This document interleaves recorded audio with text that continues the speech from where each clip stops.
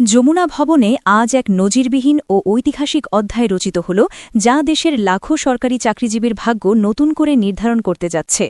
প্রিয় সরকারি চাকরিজীবী ভাই ও বোনেরা, আজকের সকালের আপডেট নিউজে আপনাদের স্বাগত। যারা আমাদের চ্যানেলে নতুন তারা এখনই চ্যানেলটি সাবস্ক্রাইব করুন, আর হ্যাঁ, অবশ্যই কমেন্ট করে জানাবেন আপনারা কে কোন জেলা থেকে আমাদের ভিডিওটি দেখছেন। তবে চলুন কথা না বাড়িয়ে আজকের সর্বশেষ সংবাদটি জেনে নিন।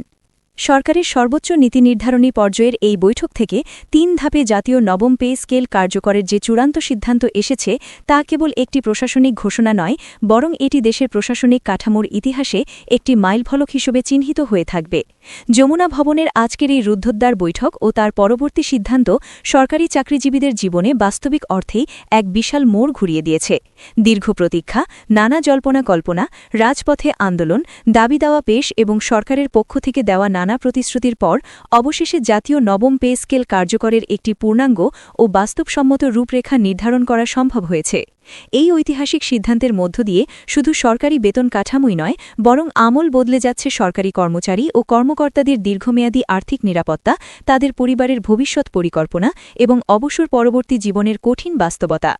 জাতীয় নবম পে স্কেলকে একবারে কার্যকর না করে সুচিন্তিতভাবে ৩ ধাপে কার্যকর করার সিদ্ধান্ত নেওয়ার পেছনে রয়েছে গভীর অর্থনৈতিক পর্যালোচনা, রাষ্ট্রীয় কোষাগারের বর্তমান সক্ষমতা এবং অতীতের পে স্কেল বাস্তবায়নের অভিজ্ঞতা থেকে প্রাপ্ত শিক্ষা। অর্থনীতিবিদ ও নীতি নির্ধারকরা একমত হয়েছেন যে এক ধাপে সবকিছু কার্যকর করলে অর্থনীতির ওপর যে হঠাৎ বিশাল চাপ তৈরি হতো এবং বাজারে মুদ্রাস্ফীতির যে ঝুঁকি দেখা দিত তা এড়াতেই এই ৩ ধাপের কৌশলগত পরিকল্পনা গ্রহণ করা হয়েছে। এতে করে সরকার যেমন অর্থ ব্যবস্থাপনায় সামঞ্জস্য আনতে ও বাজেট বরাদ্দ নিশ্চিত করতে পর্যাপ্ত সময় পাবে, ঠিক তেমনি চাকরিজীবীরাও ধীরে ধীরে এই ইতিবাচক পরিবর্তনের সাথে নিজেদের মানিয়ে নেওয়ার এবং সঞ্চয় ও ব্যয়ের পরিকল্পনা সাজানোর সুযোগ পাবেন। এই ঐতিহাসিক বাস্তবায়নের প্রথম ধাপের কার্যকারিতা শুরু হবে মূল বেতন কাঠামো বা বেসিক স্যালারি পুনর্গঠনের মাধ্যমে, যা পুরো পে স্কেলের ভিত্তি। এখানে সবচেয়ে বড় ও দৃশ্যমান পরিবর্তন আসছে বেসিক বেতনে। দীর্ঘদিন ধরে বাজার দরের সাথে অসামঞ্জস্যপূর্ণ থাকার কারণে যেসব গ্রেডে বেসিক বেতন অস্বাভাবিকভাবে কম ছিল এবং যা দিয়ে জীবনধারণ অসম্ভব হয়ে পড়েছিল, সেগুলোতে উল্লেখযোগ্য বৃদ্ধি আনা হচ্ছে। বিশেষ করে ১১ থেকে ২০ গ্রেডভুক্ত নিম্ন ও মধ্যমায়ের কর্মচারীরা এই প্রথম ধাপেই সবচেয়ে বেশি স্বস্তি অনুভব করবেন, কারণ তাদের দৈনন্দিন বাজার খরচ, বাসা ভাড়া, চিকিৎসা ব্যয়, পরিবার পরিচালনা এবং শিক্ষা ব্যয়ের যে অসহনীয় চাপ ছিল তা এই বর্ধিত বেসিকের ফলে অনেকটাই লাঘব হবে। এই ধাপে গ্রেড সংখ্যা ও গ্রেড বিন্যাসেও বড় ধরনের কাঠামোগত পরিবর্তন আনা হচ্ছে। আগের পে স্কেলের অপ্রয়োজনীয় কিছু গ্রেড একীভূত করা হচ্ছে এবং কিছু গ্রেডে নতুন করে বেতন কাঠামো নির্ধারণ করা হচ্ছে। এর ফলে প্রশাসনের অভ্যন্তরে পদমর্যাদা ও বেতনের মধ্যে যে দীর্ঘদিনের বৈষম্য ও মনস্তাত্ত্বিক দূরত্ব ছিল তা অনেকাংশে কমে আসবে।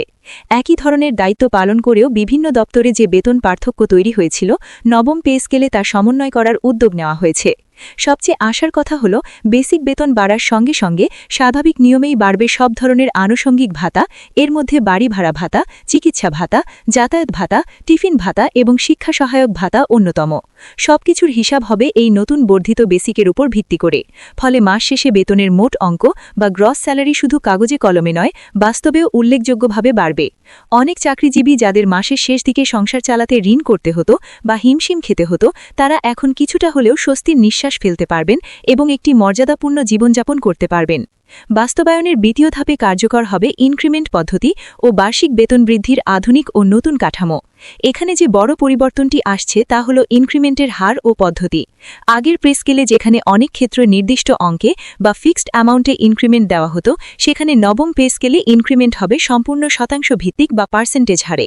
এতে করে যার বেসিক যত বেশি হবে তার ইনক্রিমেন্টের পরিমাণও টাকার অঙ্কে তত বেশি হবে, যা চক্রবৃদ্ধি হারে বাড়তে থাকবে।